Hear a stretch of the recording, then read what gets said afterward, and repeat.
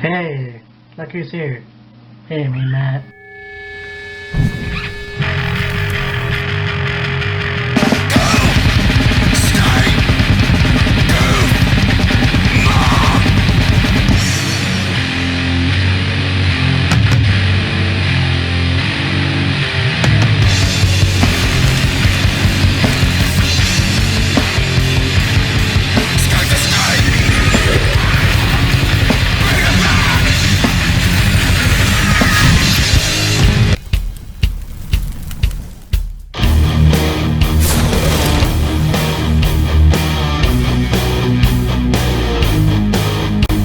Hey, Matt here, and I know that I'm doing a lot of the reviews that I promised I was gonna do once I got back to my apartment, and so Backlash was, I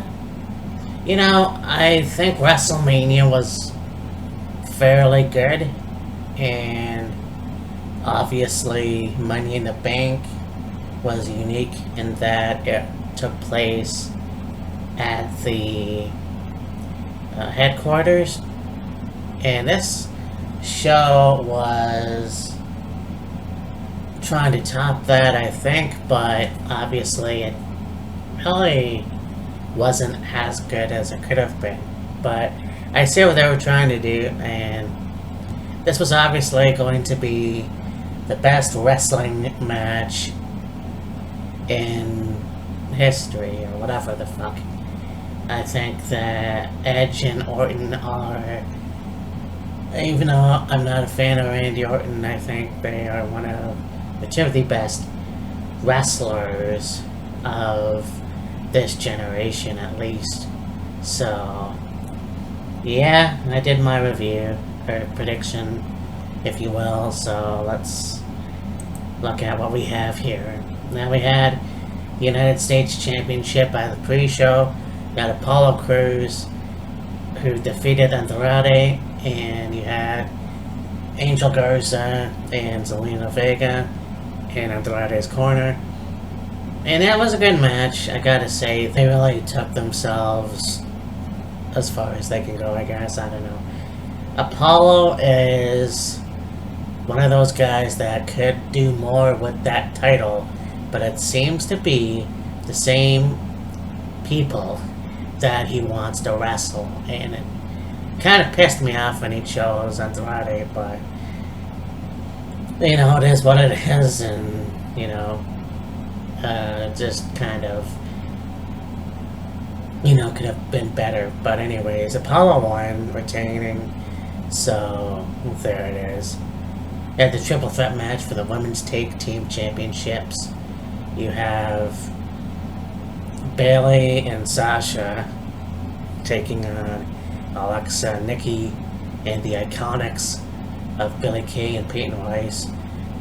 And I made my 2 cents about how I feel about Bayley 2 belts, and how I fucking hate when wrestlers have 2 belts carrying them to the ring. It just pisses me off. But whatever. Bayley and Sasha won, and it was a good match nonetheless. I kind of wanted the Iconics to win, but they will probably get a rematch at some point in the future. You have Jeff Hardy versus Sheamus, and for all the hardships that Jeff has gone through personally, and then they bring it into the storyline, and you have the SmackDown where you have the car accident. Renee is reporting on it, and basically bringing that whole Jeff Hardy storyline, and then having the piss being thrown on Sheamus, a la Shawn Michaels and I think Vince McMahon, or whoever it was. Anyways, just think that you would give the match to Jeff, but why they chose this, I don't know. It was a good match, but I mean, fuck, just give Jeff a match, How many more times are you going to punish him?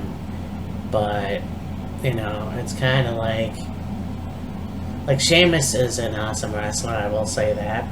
And he probably has never been a junkie in his life or, taken any substance abuse. In fact, look up the Celtic Warrior and workout that he does. And he's fucking ripped, like, in his 40s.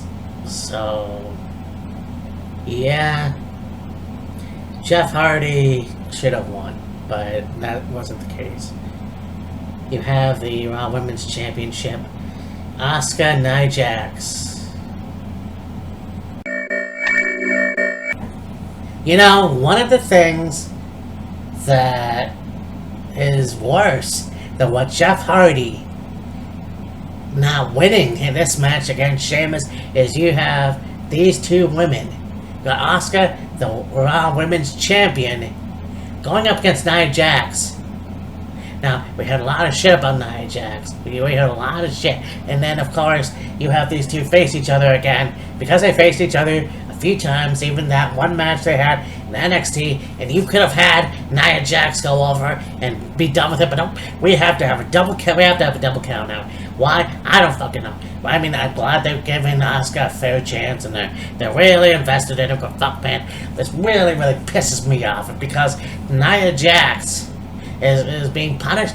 I don't know. But I'll tell you what. If Kairi Sane comes back, I want to see a face turn or a heel turn. It don't matter. But I want to see this Asuka versus Kairi for the Raw Championship of the women's division, because it really needs to happen. This match was really disappointing. Really, really disappointing.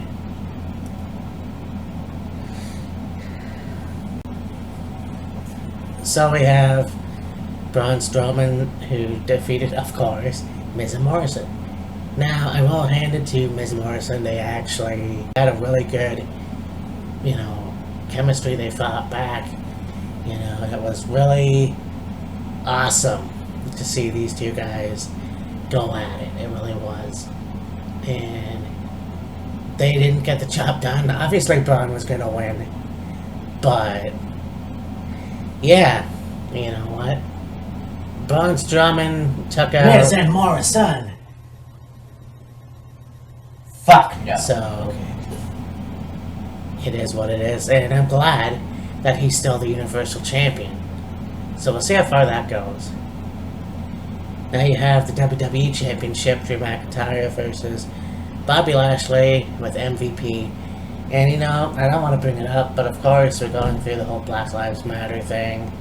You had in last year's WrestleMania, Kofi Kingston go over and become the first African American WWE Champion.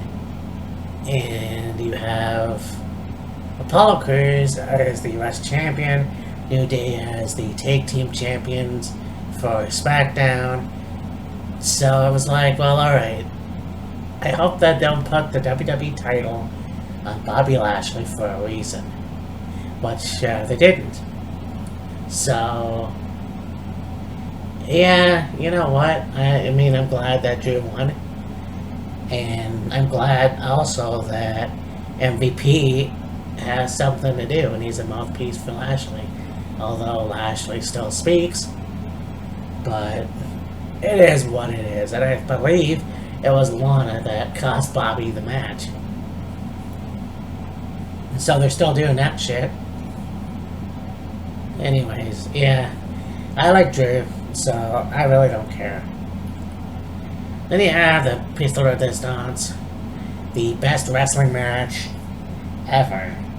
And I always say that there's a lot of hype with no build-up, right? A lot of hype with no payoff or whatever. But I will say, yes, it's not the best wrestling match I've ever seen. It is up there. It is up there. You had Howard Finkel's voice being broadcasted with the Madison Square Garden ring announcer thing coming down the ceiling. You had built-in audio cheering and different angles, and that was fine. But I think that Corey and Michael didn't need to explain that. But whatever, you know. They didn't explain a lot for the Undertaker and AJ match, but what, you know. It was a good match. You had a lot of good moves, good wrestling moves. You had at one point Edge do a rock bottom. You had Randy Orton do a pedigree, you know, and it wasn't without fucking, you know, Edge didn't go over. And to be quite honest with you, I knew that was going to happen. I knew that was going to happen because Edge won at WrestleMania. It would be, they're in Missouri. Maybe not, but whatever. They were going to be in Missouri. Why not have Randy Orton just go over? Now, the unfortunate part to that is you have Edge being injured, and he's out for I don't know how many months. So that kind of sucks because I knew that was going to happen too. There's always a risk. It doesn't matter if you came back from injury and you're healthy. Bryan Danielson is very motherfucking lucky. But yeah, it was a good show. I really did like it. So I will talk to you later. And no, I will not talk about the fucking ending to that Raw with Christian. Anyways, bye.